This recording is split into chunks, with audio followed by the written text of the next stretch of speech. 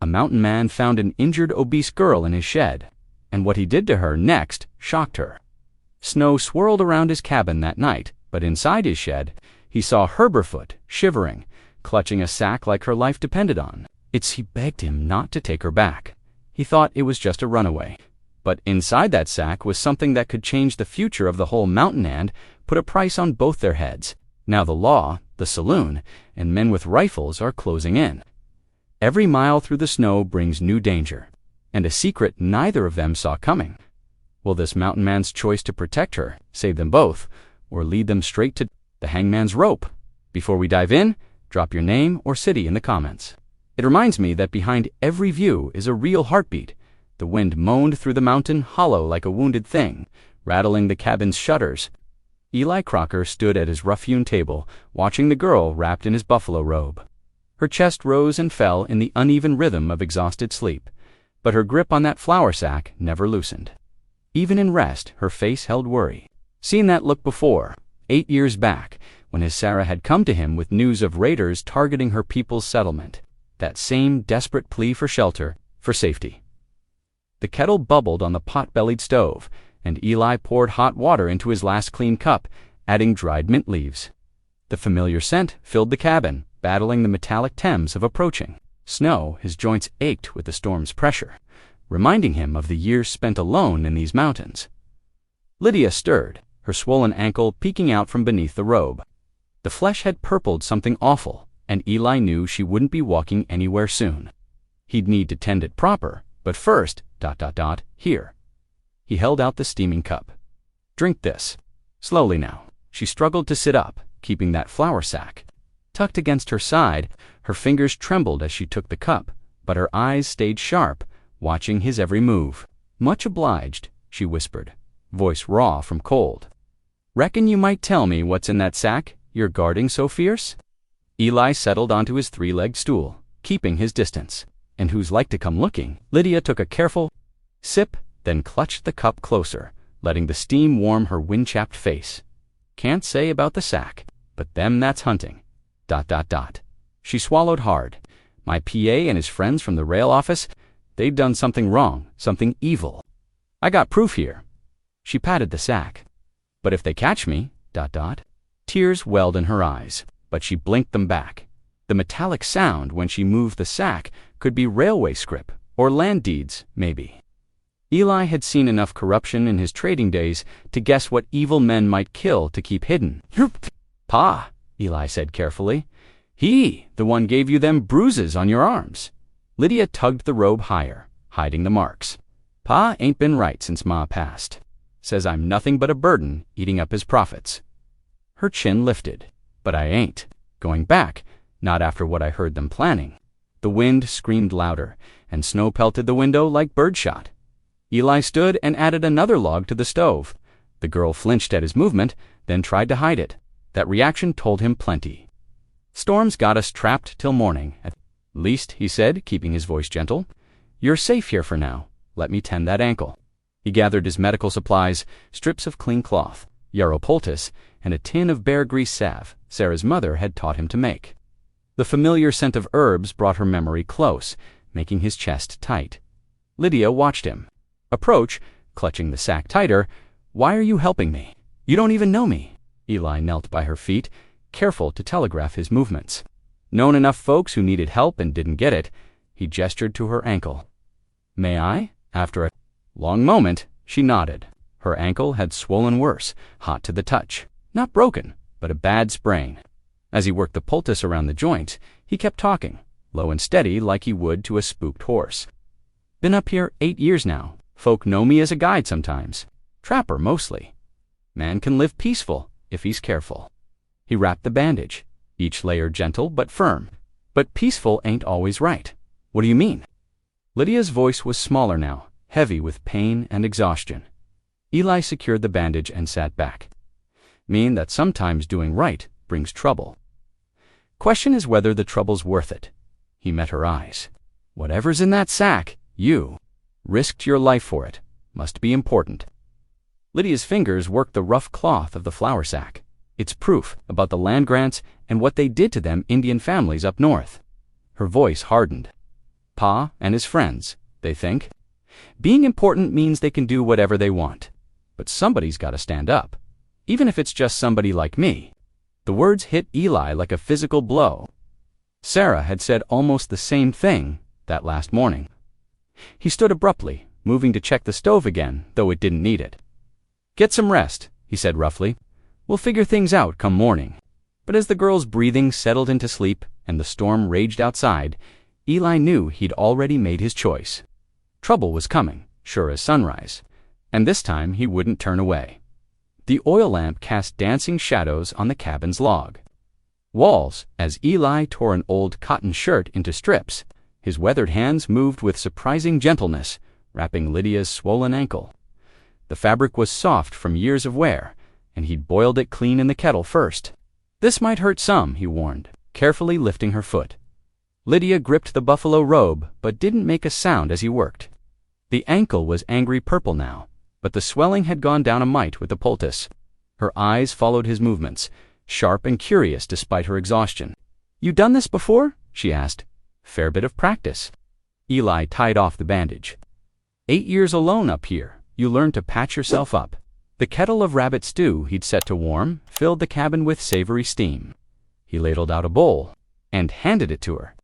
To his surprise, she didn't fall on it like someone half-starved. Instead, she took careful spoonfuls, watching him over the rim. "Why'd you choose the mountains?" Her question was direct, like everything about her. Eli settled back on his stool, considering how much to say. "Lost someone dear? Needed space to heal? Your wife?" When he stiffened, she added, saw the woman's shawl hanging by the door. "Apache, work, ain't it?" He nodded slowly. "Sarah," she was the words stuck in his throat, like they always did. "I'm sorry." Lydia's voice was soft. She held out her empty bowl. "Could I? Might I have more?" "Course." He was glad for the distraction. As he filled her second bowl, she spoke again. "Pa's been different since Ma died too. Mean different." She stirred the stew, not meeting his eyes. "Last week he made a deal with Mr. Hawkins at the Golden Nugget. Said I was payment for his gambling debts, that I'd work the saloon till it was paid." The ladle in Eli's hand clattered against the kettle. "He tried to sell you." Lydia nodded, her chin trembling slightly before she firmed it. "I heard them talking in PA's office. When they went out for drinks, I broke into the strongbox. Wasn't thinking clear, just grabbed everything I could and ran." She set aside her empty bowl and reached for the flour sack she'd kept close. "Evening.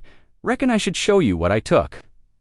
The sack's contents spilled across the buffalo robe, dozens of railway company vouchers, all made out to Theodore Brewster. Eli picked one up, squinting at the amount in the lamplight. His eyebrows rose. "That's a heap of money for a blacksmith shop. Pa ain't just shoeing horses anymore." Lydia's voice was bitter. "He's been working with the railway men, doing their dirty business." At the bottom of the sack, wrapped in a square of calico, was a single folded paper. Lydia handed it to him. With trembling fingers, this was different from the rest. Hidden under a false bottom, Eli unfolded it carefully. The deed was official, with proper stamps and seals. As he read, his chest tightened. The spring described was one he knew well, the sweetwater source that fed his entire ridge, vital to both wildlife and his own survival. This deed, ... he chose his words carefully. These boundaries, they cover near 200 acres of prime water rights. Land that's been Apache territory long as anyone knows. Lydia leaned forward. "Is it worth something? To the right people? Worth killing for?" He studied her face. "You sure you didn't take this particular paper on purpose?" "No, sir. I swear." She wrapped her arms around herself. "I just grabbed everything I could reach." But her eyes met his, determined despite her fear. "If Pa and his friends are stealing land, maybe it's good I took it. Maybe it's good I took it." Outside, the wind howled louder. Snow whispered against the cabin walls, building up in drifts he knew would soon cover the door. Eli refolded the deed, thinking hard. This paper explained too much: the increased railway traffic in the high country, the surveyors he'd spotted last month, the way the Apache families had been pushed further north. "We're snowed in solid," he said finally. "Won't be able to move till the storm passes, maybe longer with that ankle." But Lydia, ... he fixed her with a serious look. Men who'd steal land this way, they won't hesitate to silence anyone who knows about it. I know, she lifted her chin, not to be used against innocent folks.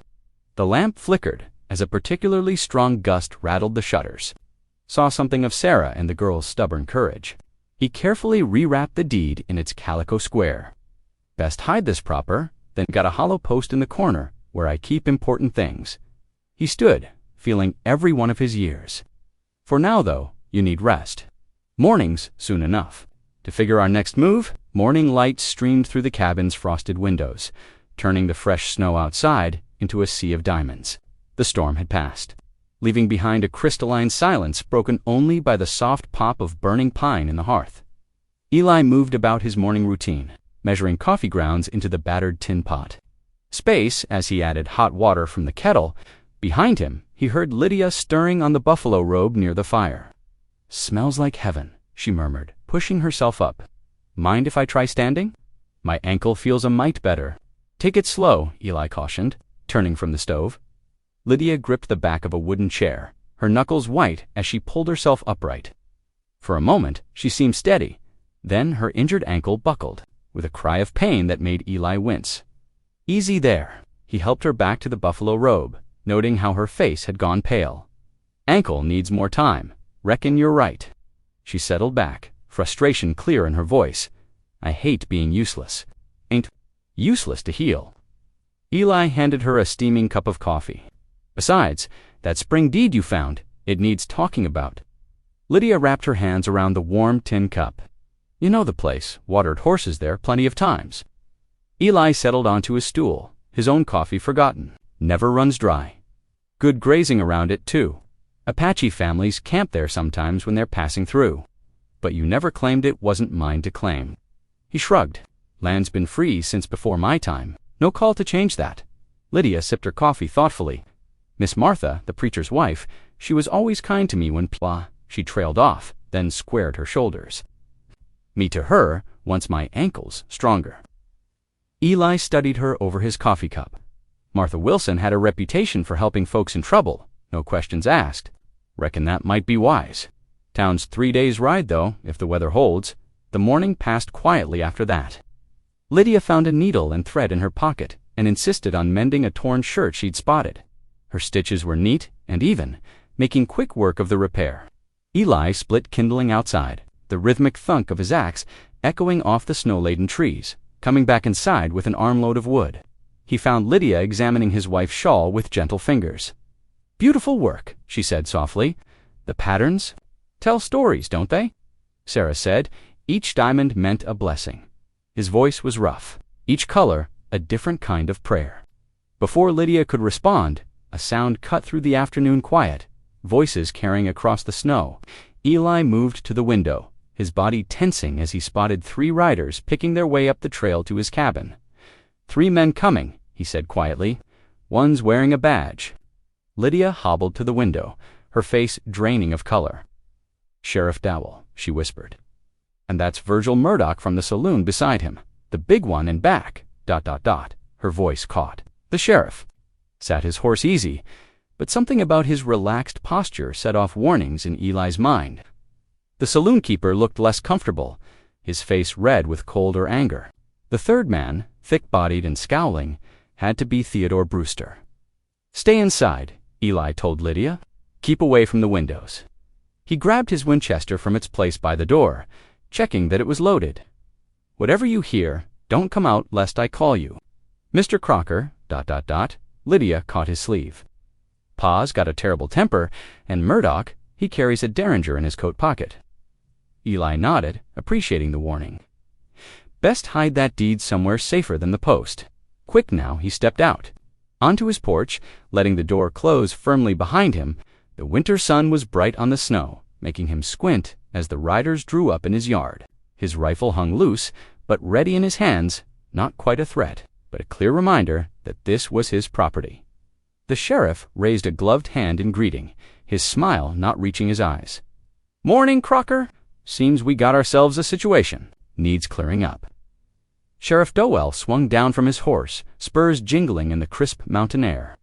"Got word a certain young lady helped herself to some valuable papers before running off." He pulled a folded document from his coat. Got a warrant here, says we're to bring her and those papers back to town.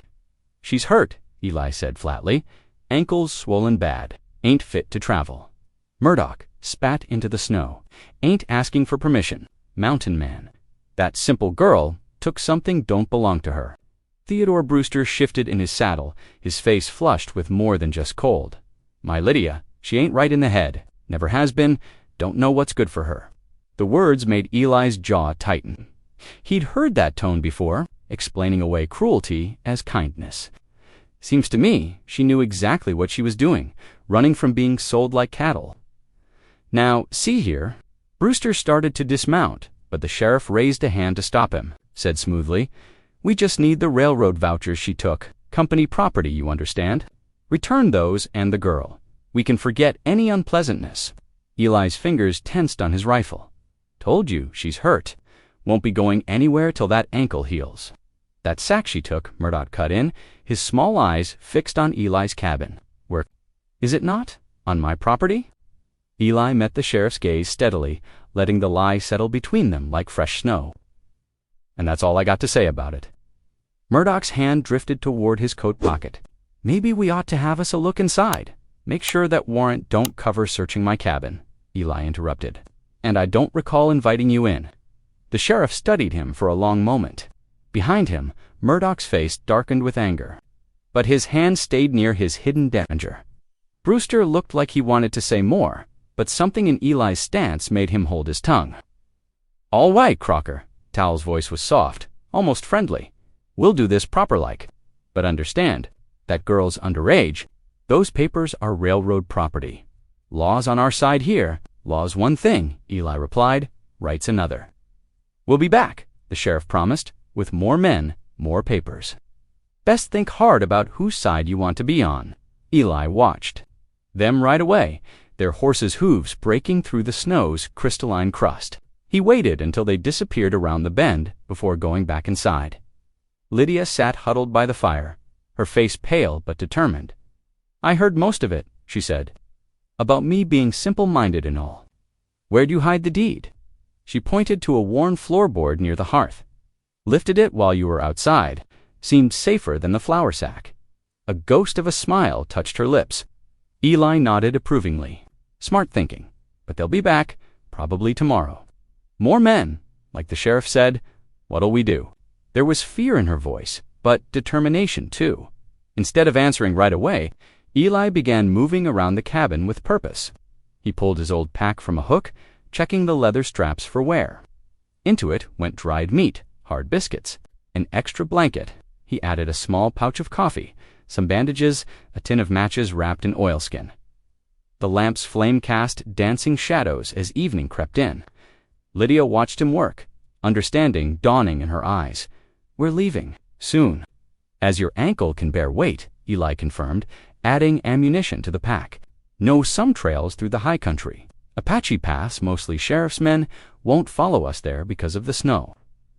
That, and other reasons, Eli checked his powder horn. Spirits live in those mountains, the Apache say. Bad luck. Follows those who go where they're not welcome. Lydia's fingers worried at the edge of her shawl.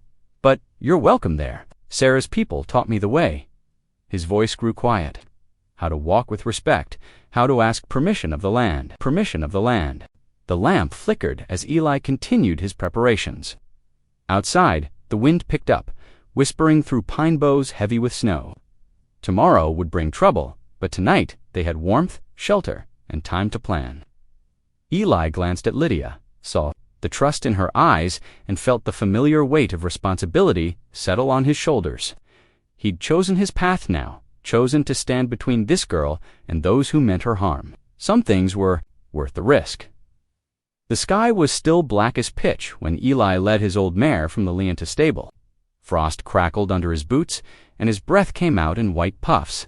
He'd wrapped the horse's hooves in burlap to muffle their departure and loaded her with the essentials food, ammunition, medical supplies, and extra blankets. Lydia waited. By the cabin door, leaning heavily on a makeshift crutch Eli had fashioned from a sturdy branch, her face was drawn with pain, but she didn't complain as Eli helped her mount. He arranged the blankets around her like a cocoon, tucking the edges carefully beneath her legs. Knots on his packhorse's lead rope. Frostbites, no joke up here, loses you fingers quicker than you'd think. Lydia nodded, gripping the reins with gloved hands. I can hold these at least. Make myself useful. Just stay warm and balanced, Eli said. Mare knows the way. They set out along a frozen creek bed, the horses' wrapped hooves breaking through thin sheets of ice. The snow that had fallen during the night muffled their progress. And dawn was just a pale promise in the east when they left the last sight of Eli's cabin behind. The morning grew brighter, revealing a landscape transformed into crystal. Ice branches sparkled like diamond chandeliers, and the creek's frozen surface glinted like a mirror. But Lydia's wonder at the beauty soon gave way to discomfort. Every step the horse took sent jolts of pain through her swollen ankle. She tried to hide her wincing, focusing instead on keeping the mare steady, but Eli's sharp eyes missed nothing. Blanket around her shoulders, time for coffee. Soon a small fire crackled, and the familiar smell of coffee filled the air. Eli passed her a strip of jerky and a tin cup of the hot brew. Wrapped her cold fingers around the warm metal. Why'd you choose to live way up here? She asked. All alone? Eli was quiet for a long moment, staring into the flames. Wasn't always alone, he said finally. Had a wife, Mary. She was Apache, taught me their ways, their language. His voice grew softer, lost her 8 years back. Her and our unborn child. I'm sorry, Lydia whispered. Childbirth, he continued, poking at the fire with a stick. Too far from help. After that, couldn't stand being around people much, white or native. Built that cabin, started trapping. Been there since. Lydia sipped her coffee, watching his weathered face in the firelight. Sounds lonely. Reckon it was. He met her eyes briefly. Still is, sometimes. They rode on as the sun climbed higher, following game trails that wound through stands of pine and aspen. The horse's breath steamed in the cold air, and snow occasionally fell in clumps from overhead branches. By late afternoon, shadows were already stretching long across the snow. Eli led them into a natural draw, a shallow canyon where rock walls provided shelter from the wind. He helped Lydia down and quickly set up camp, building a fire against a rocky overhang where its light wouldn't carry far. Get us fresh meat for morning. You stay put by that fire. Lydia nodded, too tired to argue. Her ankle throbbed fiercely, and the day's ride had left her. She watched as Eli disappeared into the gathering dusk, his shape blending with the shadows between the trees. The fire popped and crackled, sending sparks dancing upward, but not from fear. Closer this time, she found herself listening intently. It was beautiful in its wildness, like a song of loneliness and freedom mixed together. She thought about Eli, carrying his grief alone in these mountains for 8 years, and about her own escape from a life others had tried to force upon her. The wolf called once more, and this time another answered from far away. Lydia smiled slightly, remembering how she too had found an unexpected ally in her solitude. She pulled the blankets tighter around her shoulders and waited for Eli's return. Watching the flames dance against the gathering night, soon Eli's quiet footsteps crunched in the snow. He set his traps and rifles near the fire, checking that Lydia was warm enough. Neither spoke much as they shared a simple meal of jerky and hard biscuits, but the silence between them was comfortable, the silence of two people who, biting chill that crept under blankets and stiffened joints. Lydia stirred from her nest of buffalo robes, her nose twitching at an unfamiliar yet mouth-watering aroma. She pushed herself up on her elbows, blinking in the pale sunlight that filtered through the pine branches. Eli crouched by the fire, turning a spitted rabbit over the flames. The meat sizzled, its fat dripping onto the hot coals below. Her stomach growled loudly enough to make Eli glance over with the ghost of a smile. Traps paid off, he said, testing the meat with his knife. Eat hearty. We've got hard riding ahead. While they shared the rabbit and the last of yesterday's coffee, Eli traced their route in the snow with a stick. Apache agencies, 3 days south and east, maybe 4, with the snow and your ankle. Man there, named Nantanis, a scout, knows these mountains better than any man living. Can we trust him? Lydia asked, carefully picking meat from a rabbit leg. With my life, Eli said firmly, already has saved it once. He began breaking down their camp, his movements precise and practiced. We need to move. Storm's coming, can smell it in the air. The day unfolded in a series of careful advances through the winter landscape. Eli led them along game trails and shallow creek beds, choosing paths where the horses could manage despite the snow. Twice they had to cross ice-licked streams, the water running black between white frosted banks. Eli tested each crossing first, breaking the ice with a pole before leading the horses through. Lydia's ankle throbbed with every step of her mount. Spears from rock outcroppings. Wind-sculpted snow created graceful curves over fallen logs. A red-tailed hawk circled overhead. Eli studied them with concern, then urged them faster. "Line shack ahead," he explained. "Used by cowboys in summer? Better than another night in the open."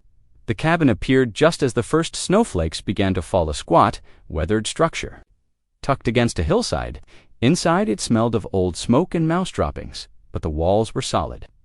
A rusty potbelly stove squatted in one corner, its pipe rising through the roof. "Hole up there," Eli pointed, shrugging off his pack. "I'll patch it before dark." He helped Lydia settle on a rough-hewn bench, then climbed onto the roof with tools and scraps of tin from his saddlebags. Lydia busied herself with what she could. Reached sweeping the packed earth floor with a broken broom she found. Arranging their bedrolls, setting water to heat on the newly lit stove. The coffee she made was weak. They were running low on grounds, but it was hot and welcome after the long day's ride when Eli climbed down. Snow dusting his shoulders, she handed him a cup. He nodded thanks, warming his hands around the tin. "Tell me about Nantan," she said, adjusting her splinted ankle on a rolled blanket. "How did he save your life?" Eli's eyes grew distant. Was tracking a wounded elk 3 years back. "Didn't notice I was being tracked myself. Young grizzly hungry after winter sleep. Would have had me if Nantan hadn't been watching from the ridge." He sipped his coffee, shot true with an old Springfield, right as the bear reared up. "Never asked for thanks, never spoke of it after. Just helped me skin the bear and went on his way." "Best." "I know," Eli agreed. "Walks in both worlds' Apache ways and white man's thinking. Knows justice matters more than taking sides." He set his cup down and checked his rifle, sliding fresh cartridges into the magazine. "Get some rest. Long day tomorrow." Lydia had just settled into her bedroll when she heard the distant thunder of hoofbeats carried on the wind. She sat up, heart pounding, but Eli's calm voice cut through her panic. "Easy now," he said, not moving from his place by the door. "They're far off, likely following our old trail. Snow's covering our tracks here. They won't find this place in the dark." Still, he kept his loaded rifle within easy reach of his bedroll. The sound faded, then disappeared entirely. Only the whisper of snow against the roof remained, and the soft breathing of the horses in the lean-to outside. Lydia lay back down, pulling her blankets close. Despite her fear, there was comfort in knowing Eli kept watch, his rifle ready in the darkness. Through a gap in the wallboards, she could see snow falling more heavily now, erasing their tracks and covering the mountain in fresh white. Tomorrow they would ride on, seeking help from a man she'd never met, but whom Eli trusted with his life. It wasn't much of a plan, but it was more hope than she'd had 2 days ago. She closed her eyes, letting the soft pat of snow lull her toward sleep. Heavy clouds rolled in during their second day of travel, turning the afternoon sky the color of old pewter. Eli kept checking the horizon, his weathered face creased with concern.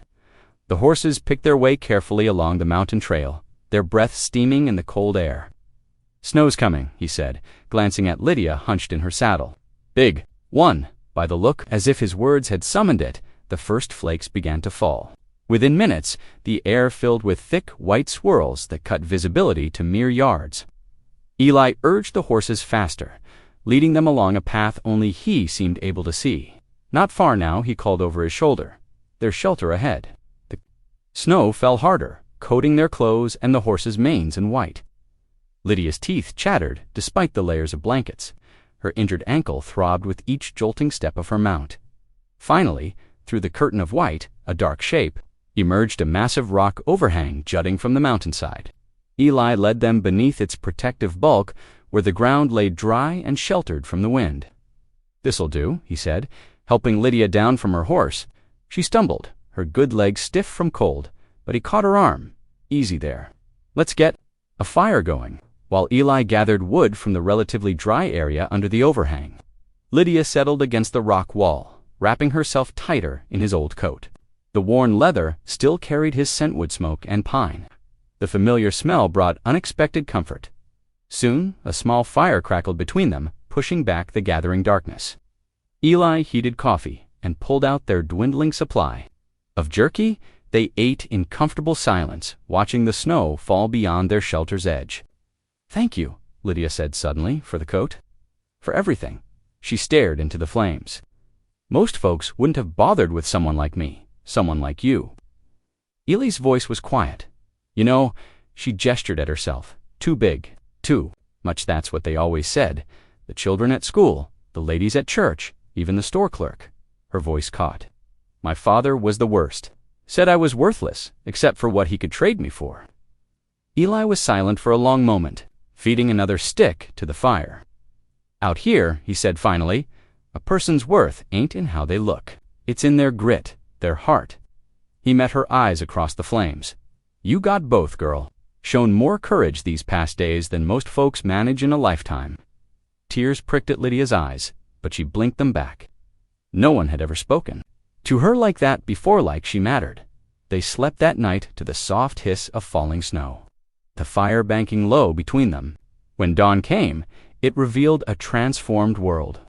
Every branch, every rock wore a pristine coat of white. The morning sun struck diamond sparks from the snow-laden trees.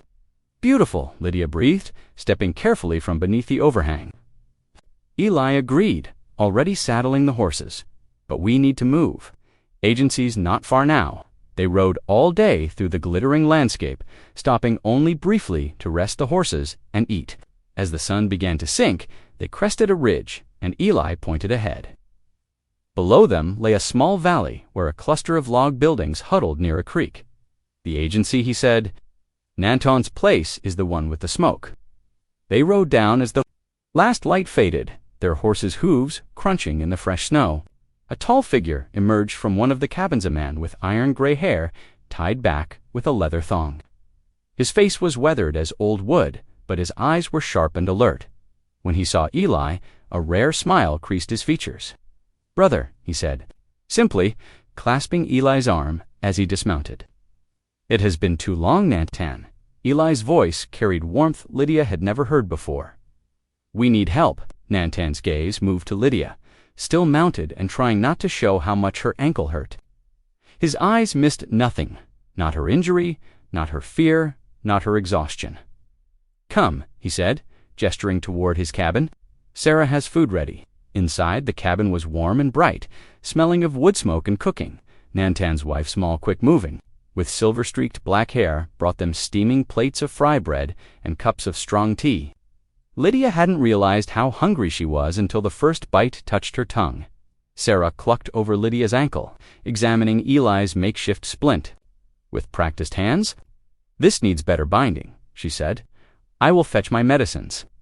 Nantan settled into a chair, his dark eyes moving between Eli and Lydia. "Now," he said quietly, "tell me what brings you through snow and shadow to my door." Inside Nantan's warm cabin, the deed lay unfolded on the rough-hewn table between them. Lamplight caught the official seals and flowing script as Nantan's weathered fingers traced the boundaries described. His frown deepened with each line he read.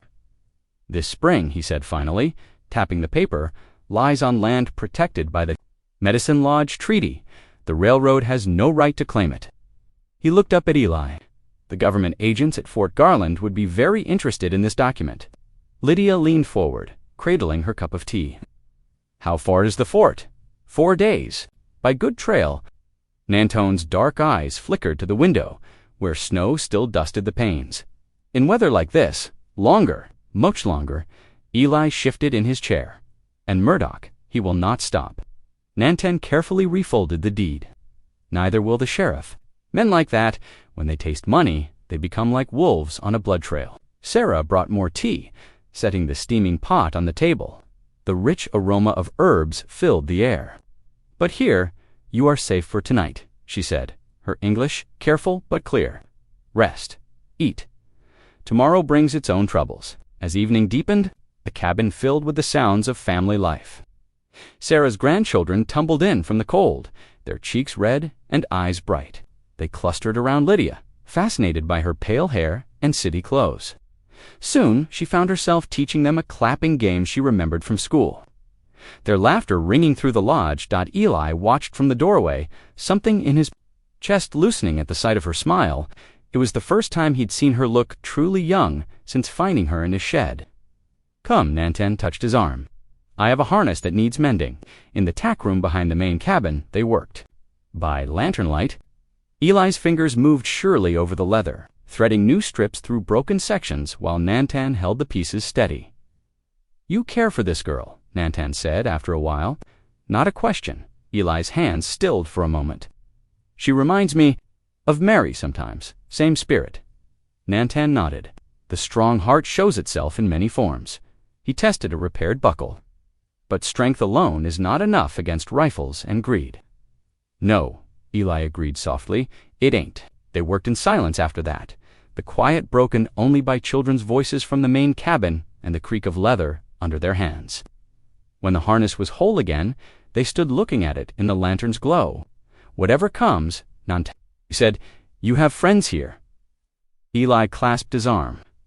"Much obliged, brother." The night passed peacefully, with Lydia bedded down in Sarah's daughter's room while Eli took the floor near the hearth. But peace shattered with the dawn. Hoofbeats approached hard and fast through the early morning light. A rider appeared through the swirling snow. One of Nantan's nephews, young Thomas. His horse was lathered despite the cold, sides heaving. "Uncle," he called out in Apache, sliding from his mount. Armed men on the lower trail, 8, maybe 10, moving this way. Eli was already up, strapping on his gun belt. "How far?" 2 hours. "Maybe less," Thomas replied in English. "They're pushing hard." Nantan turned to Sarah, who was already moving. She disappeared into the back room and returned with a bundle of food and supplies. "For the journey," she said, pressing it into Lydia's hands. "We need to leave," Eli said. "Now." Lydia nodded, her face pale but determined. Her ankle, wrapped in Sarah's poultices and fresh bandages, felt stronger than it had in days. She pulled on her boots while Eli and Thomas rushed to saddle the horses. "The snow will cover your tracks," Nantan said, studying the sky. "Head north through Bear Creek. Pass it's harder riding, but they won't expect it." Sarah pressed something else into Lydia's hands, a small leather pouch on a cord. "Medicines," she explained. "For pain and fever. Use them wisely." Lydia hugged her impulsively. "Thank you for everything." Outside, Eli was already mounted, leading her horse. The dawn air bit sharp and cold as Lydia swung carefully into her saddle. Nantan stood beside them, his face grave. "The fort is your best hope," he said. "Show them the deed. The agent there, Matthews, is an honest man." He grasped Eli's reins. "But be careful. Murdoch has friends in many places." Thomas appeared from the stable. Tracks in the snow to ridges south, fresh. "Go," Nantan said. "We will delay them if we can." Eli nodded once, then turned his horse north. Lydia followed, clutching the deed inside her coat. Behind them, the agency buildings grew small and dim in the swirling snow. Ahead lay Bear Creek. Pazand, beyond that, if they were lucky. Fort Garland and Justice. But first, they had to outride the men coming up the lower trail, whose guns would care nothing for treaties or justice or the truth. Morning brought fresh challenges. The snow had drifted deep overnight, creating white walls that stretched far above the horses' knees. Eli dismounted, his boots sinking into the powder as he studied the terrain ahead. "We'll have to break trail," he said, squinting at the pale winter sun. "Can't risk the horses foundering in these drifts." Lydia nodded, her face pinched with pain. The swelling in her ankle had worsened during the night, turning the joint an angry purple despite Sarah's medicines. Each step of her horse sent jolts of agony up her leg. Eli disappeared into a grove of young pines, returning with several sturdy branches. He dragged them behind his horse, creating a rough path through the deepest snow. The work was backbreaking every 100 yards. He had to find new branches as the old ones wore down. By mid-morning, they'd covered less than 2 miles. Sweat froze on Eli's neck, despite the bitter cold. Behind him, Lydia's breathing grew increasingly, labored as she fought to stay upright in the saddle. "Need to rest," she finally gasped. Her face ghost-white dot. Eli helped her down in a sheltered copse of pines. The moment he touched her ankle, he knew they had trouble. The joint had swollen too, twice its normal size, straining against her boot leather. "Can't keep riding like this," he muttered, more to himself than her. He stared at the surrounding trees, thinking hard. Then his eyes settled on a stand of young aspens. "Wait here," he told Lydia. "Got an idea?" Using his hunting knife and axe. Eli cut several straight saplings. Trimming them clean, he lashed them together with strips of rawhide from his saddlebags, creating 2 long poles with crosspieces. Next came a lattice of smaller branches, woven tight to make a platform. Lydia watched him work, huddled in her blankets. "What is it, Travois?" he explained, testing the strength of his knots. "Indians use them to haul gear. Saw Mary's people make them plenty of times." His voice caught slightly on her name, but his hands stayed steady. He secured the poles too, his mare's saddle, the ends dragging behind like sled runners. After spreading buffalo robes across the platform, he helped Lydia settle onto it. "It ain't exactly a fancy carriage," he said, tucking blankets around her, "but it'll be easier on that ankle than riding." The travois worked better than either. Expected, though their pace remained slow, the horses moved steadily through the broken trail. Lydia found she could almost doze. The smooth glide of the runners through snow infinitely better than the jarring saddle. They pushed on until dusk, painted the sky purple. Eli found them a hollow screened by thick pines, the ground relatively clear of snow beneath the branches. He built their fire in a depression, using green boughs to shield the light from any watching eyes, while coffee boiled. Lydia soaked her ankle in hot water, steeped with Sarah's herbs. The pain eased enough for her to eat a little jerky and hardtack. "Thank you," she said softly. "For the travois, for everything." Eli poked at the fire with a stick, sending sparks dancing. "Ain't nothing. It's not nothing.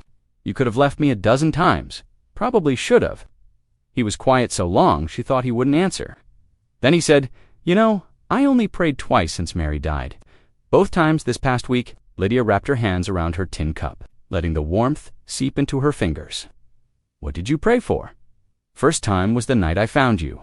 Asked what I was supposed to do with a hurt girl showing up in my shed." He gave a slight smile. "Second time was yesterday, asking for strength, to get us both through this mess alive. Maybe ... Lydia hesitated, then continued, "Maybe God sent me to get you talking to him again." Eli's quiet chuckle surprised them both.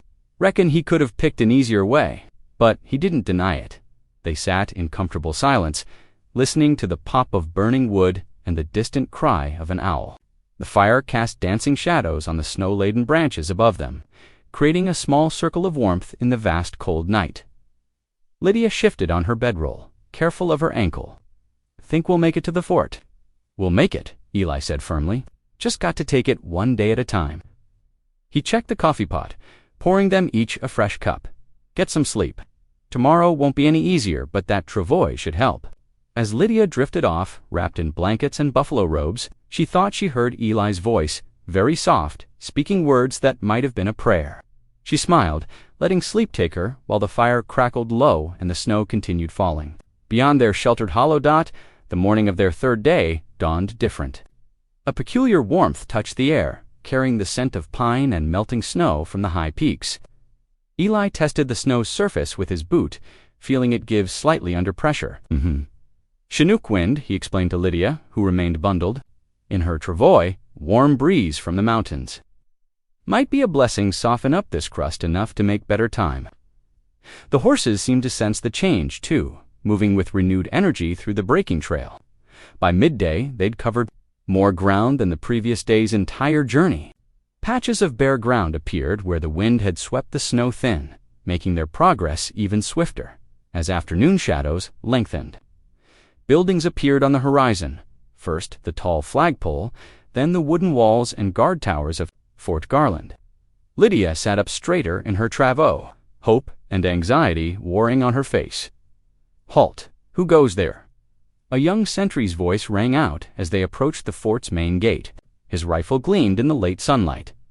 Eli raised one hand slowly. "Eli Crocker, bringing an injured girl. Need to see Sergeant Miles Hanlon." The sentry's posture shifted slightly at Eli's name. "The mountain man heard tell of you, sir. Wait. Here," he called over his shoulder, and after a few minutes, another soldier appeared to escort them inside. The fort's parade ground was mostly clear of snow, churned to mud by countless boots. They were led to a tidy building marked headquarters, where a sandy-haired man in a sergeant's stripes burst through the door, grinning broadly. "Eli Crocker, you old bear, what brings you down from your den?" Sergeant Miles clasped Eli's hand warmly.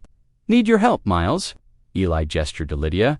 "Young lady here has something that needs securing."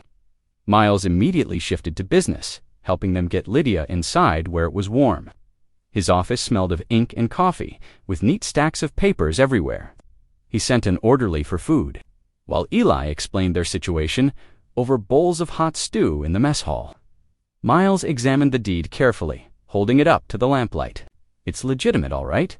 These territorial stamps are current, and I recognize Judge Webster's signature." He folded the paper carefully. "Best place for this is our safe until the judge arrives next week. Nobody gets in there without my say-so." Lydia's shoulders slumped in relief, weeks of tension finally easing. "Thank you, Sergeant. My pleasure, miss. We'll get you settled in the women's quarters. Mrs. Peterson runs a tight ship there, but she's kind enough."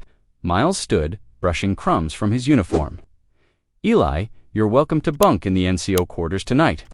After seeing Lydia safely delivered to Mrs. Peterson's care, Eli stepped out onto the parade ground. The warm wind still blew, making the fort's flag snap and ripple against the darkening sky. He packed his pipe with care, drawing comfort from the familiar ritual. From somewhere in the fort came the sound of a bugle playing evening colors, clear notes carrying on the wind. For the first time in days, he allowed himself to truly relax. A young private hurried past, offering a respectful "Evening, sir." Eli nodded in return, remembering his own brief time in uniform. The fort hadn't changed much. Same wooden buildings, same rutted paths, same sense of order imposed on the wilderness. But something in him had changed since those days. He thought of Lydia, safe in the women's quarters, finally getting proper rest. The deed, secure in Miles's safe. The long journey behind them, his pipe had burned down to ash before he finally turned toward his assigned bunk, boots squelching. In the muddy yard, the NCO quarters were warm and quiet, most of the sergeants still at evening mess. Eli found his assigned bunk, stretched out fully clothed, except for his boots, and was asleep almost instantly. His last conscious thought was that tomorrow he'd need to see about getting Lydia's ankle properly treated by the fort surgeon. Outside, the Chinook continued to blow, carrying the promise of spring in its unseasonable warmth. The flag rippled steadily above the sleeping fort, standing guard over the night. Dawn brought chaos to Fort Garland. The February sun had barely cleared the eastern walls when shouts erupted from the headquarters building. Soldiers ran across the muddy parade, ground boots splashing through melted snow. A crowd gathered at the clerk's office, their voices a mix of anger and shock. Through the commotion, 2 officers carried out a blanket-wrapped form. Eli, walking from breakfast, stopped cold when he recognized Sergeant Miles's sandy hair spilling. From beneath the wool cover, a dark stain spread across the fabric near where his chest would be, the fort's commanding officer. Captain Warren burst from his office. His face was red with fury as he bellowed, "Find Crocker. Bring him here now." Before Eli could move, 2 armed guards flanked him. Inside the captain's office, Sheriff Dowell and Virgil Murdoch were already waiting. The sheriff's badge gleamed dully in the morning light, streaming through the window. Murdoch's face wore a satisfied smirk. "There's your man," Murdoch drawled, pointing at Eli. "Just like we warned you." Captain Warren's desk was covered with papers. His knuckles were white where he gripped the edge. Sergeant Hanlon was found, dead in his quarters this morning, stabbed through the heart. He paused, jaw working. The safe was cleaned out. "Everything including that deed you brought." "I never left my bunk," Eli said quietly. His mind raced. Miles had been his friend. One of his only friends, Sheriff Dowell, stepped forward, pulling a paper from his vest. "Got a warrant here for your arrest, Crocker? Charges of kidnapping that girl, and now murder." He smiled thinly. "Territorial judge will sort it all out when he arrives." The office door burst open. Lydia stood there, face flushed from running. No, Eli didn't do anything. He was in his quarters all night. He saw him go in myself. Miss Brewster, Captain Warren said firmly, you'll return to the women's quarters immediately. Under guard, this time, he nodded to a soldier. Escort. Her Eli. Tell them you didn't. It's all right, girl, Eli said softly. Truth will come out. But his heart sank as Murdoch's satisfied expression deepened. The guardhouse was a stone building set against the fort's western wall. Its cells were small, with iron bars and dirt floors. They put Eli in the end cell, where draft from a high window made the winter air bite deeper. Hours crawled past. Through the window, he watched the sun arc across the sky. His thoughts kept returning to Miles, the way he'd welcomed them, his careful handling of the deed, his promise of safety. Now he was dead, and Eli knew with cold certainty that the murder was about more than just theft. As evening approached, the temperature dropped. Eli pulled his coat tighter, remembering another cold night 8 years ago. He'd been kneeling beside Mary's fresh-dug grave, the mountain wind cutting through him like knives. He'd sworn then he was done with prayer, done with hoping.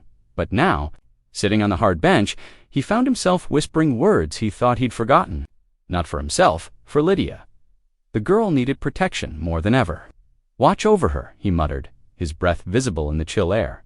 Keep her safe from them that mean her harm. He paused, touching the small beaded bracelet Mary had made, him still worn beneath his sleeve. If you're listening, she needs your help more than I do. Night settled over the fort. Through his window, Eli could see the women's quarters where Lydia was being held. A lamp burned in one window, its light, steady in the darkness. Somewhere in the distance, a coyote called a lonely sound that echoed off the fort's walls. The cell was growing colder. Eli had seen plenty of men die in places like this, waiting for justice that never came. But his thoughts weren't on himself. They were on a young girl who'd trusted him for protection, and on a dead friend who'd tried to help them both. He moved away from the window, settling onto the thin mattress. The guard's boots scraped against stone as he made his rounds, keys jingling at his belt. In the darkness, Eli began another quiet prayer, this time for the strength to keep his promise to protect Lydia, even from behind these bars. The night deepened. Through his window, he could still see that steady lamp burning in the women's quarters like a star fallen to earth. He hoped it meant Lydia was safe, at least for now. The rest would have to wait for morning. Morning brought no comfort. To Fort Garland. Heavy clouds pressed down on the wooden buildings, threatening more snow. In the women's quarters, Lydia lay on her narrow bed, mind racing despite her exhaustion. The guard outside her door shifted his weight, boots creaking on the floorboards. Through her window, she could see the guardhouse where they held Eli. The sight made her chest tight with worry. She knew the sheriff and his men had killed Sergeant Miles. They had to have but, proving it seemed impossible, unless ... Lydia remembered something Eli had mentioned during their journey. A trapper named Jensen, whose life Eli had saved years ago. Jensen's wife worked as a matron here at the fort, caring for officers' children and helping in the women's quarters. The plan formed quickly in her mind. Lydia waited until Mrs. Jensen came with the midday meal, then began to cough. She doubled over, making each hack sound worse than the last. "Child, are you unwell?" Mrs. Jensen's weather-worn face creased with concern. She set down the tray and approached the bed. Lydia moaned, curling tighter. "My chest, it burns." She coughed harder, drawing the matron closer. When Mrs. Jensen leaned in to feel her forehead, Lydia pressed a folded scrap of paper into her hand. The older woman's fingers closed around it instinctively. "Please," Lydia whispered between coughs. "Your husband, he knows Eli Crocker. Eli saved him once." She met Mrs. Jensen's eyes. "We need help." The matron's expression didn't change, but she gave a tiny nod as she straightened up. "I'll fetch you some tea for that cough," she said loudly enough for the guard to hear. The paper disappeared into her apron pocket. Lydia's heart pounded as she watched Mrs. Jensen leave. Had she understood? Would she help? Hours crawled past. The short winter day faded into dusk. Fresh snow began falling, thick flakes that muffled all sound. Lydia pressed her face to the cold window, trying to see through the whiteness to the guardhouse where Eli was held. In that same guardhouse, Eli sat on his hard bench, watching the snow through his own window. Bootsteps approached down the corridor. Keys rattled, and his cell door creaked open. Sheriff Dowell stepped inside, brushing snow from his coat. 2 deputies waited in the hallway, rifles ready. "Evening, Crocker." The sheriff's voice was friendly, but his eyes were hard. "Thought we might have a chat?" Eli said nothing. He'd known this was coming. "See, here's how I figure it." Dowell settled onto the room's only chair, crossing his boots at the ankle. "That deed you brought in? That was just a copy? Smart man. Like you wouldn't travel with the original," he smiled thinly. "Tell me where the real one is, and things get easier.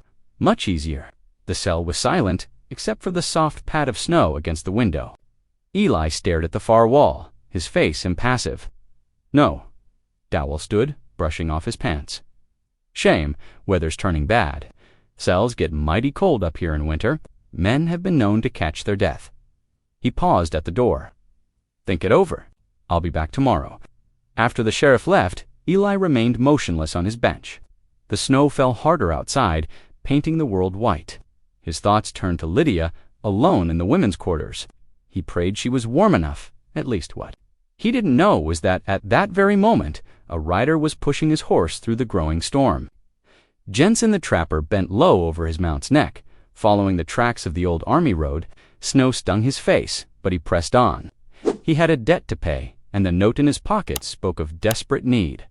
Hours passed. The storm thickened until the fort's buildings were barely visible through the swirling white guard changes came and went. In her room, Lydia huddled under thin blankets, watching the window frost over.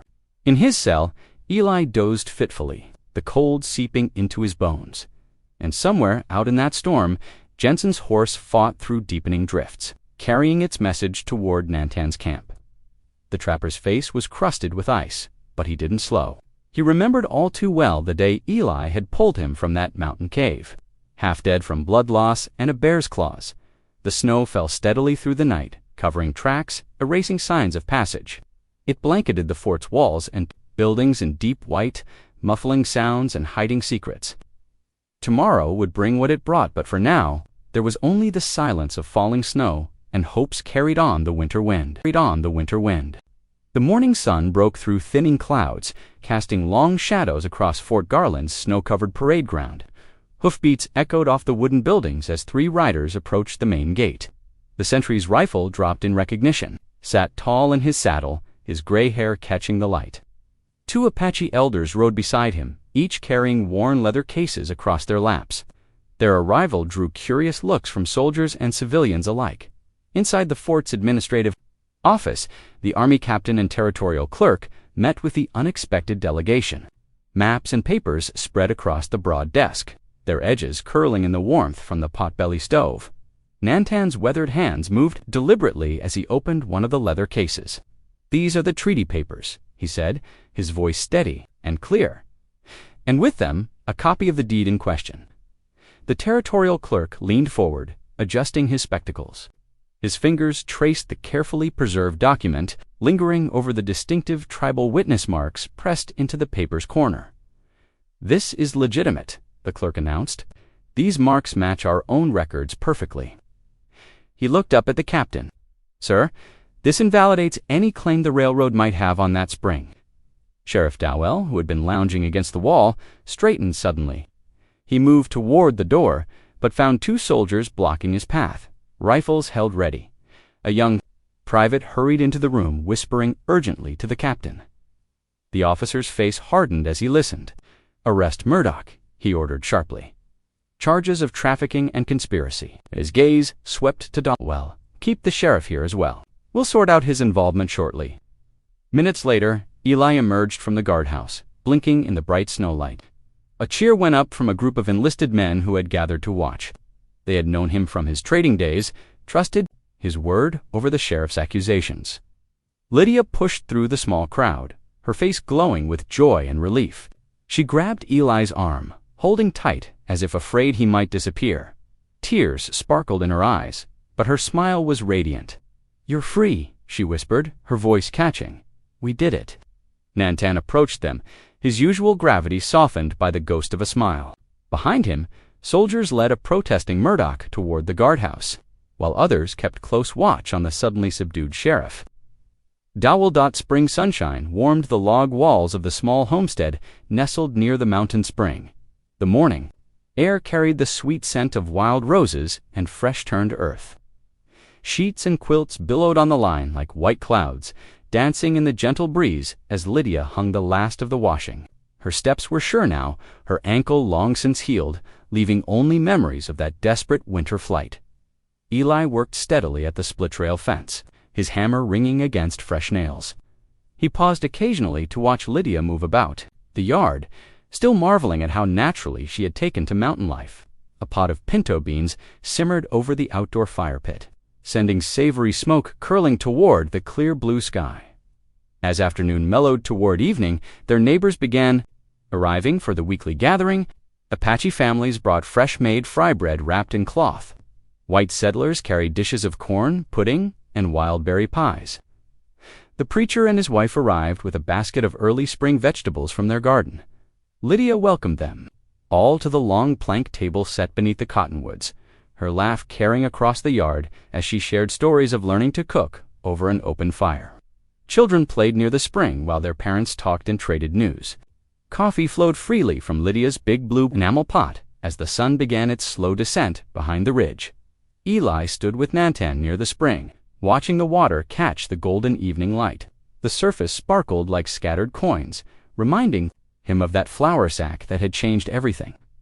"Told you," Nantan said quietly, his dark eyes crinkling at the corners. "God wasn't done with you." Eli nodded, his throat tight with emotion as he watched Lydia serve another round of coffee.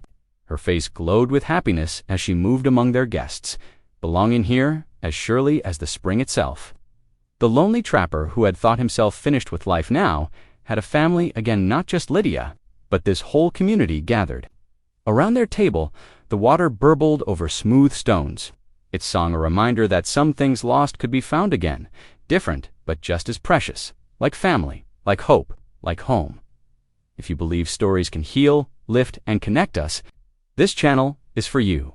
Thanks for being here. Hit subscribe, and I'll meet you again tomorrow with something real.